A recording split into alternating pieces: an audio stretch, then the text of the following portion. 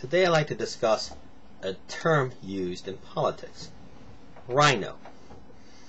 Republican in name only. Now, Republican in name only was a term created by conservatives to describe Republicans who strayed out of Republican territory and embraced liberal or Democrat positions. And the term Rhino, Republican in name only, was meant with the assumption that the Republican Party's core, what meant to be Republican, was to be conservative. Now, in this recent election, they brought forward a non-conservative candidate, a blue blood Republican. Blue bloods typically reach over the counter to the Democrats, often to Democrat blue bloods, because they share in common the moderate, quote, blue blood characteristics, which is they tend to be more interested in just the economics and not interested in social aspects or military defense aspects. So they can relate, they can often make deals on the social areas and on society areas, but very rarely do they make deals on the military areas.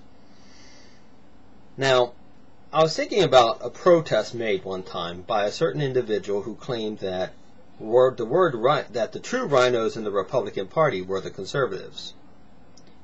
Well, the problem with that is, the thing is, actually, I thought about it for a little while. At first he said, no, he's not saying the case, but in a way he has a point, that perhaps the true rhinos are indeed the conservatives. Why? Because true conservatives do not give up their principles just so their party can win.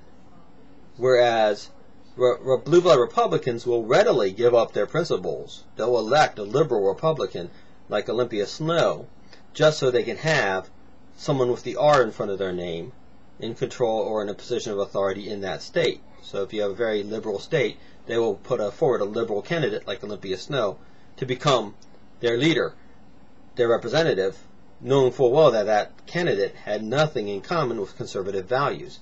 The reason why is because they want a Republican in the position, and it doesn't matter what kind of Republican. So they're more Republican than the conservatives, because the conservatives won't do that. The conservatives will abandon the Republican Party if the Republican Party does not act in conservative ways. And that's part of the problem with this current election. So in some ways, you know what? The individual who made this remark was actually quite right. Perhaps being a conservative means that you are a Republican in name only. In truth, you're actually a conservative who carries a Republican title.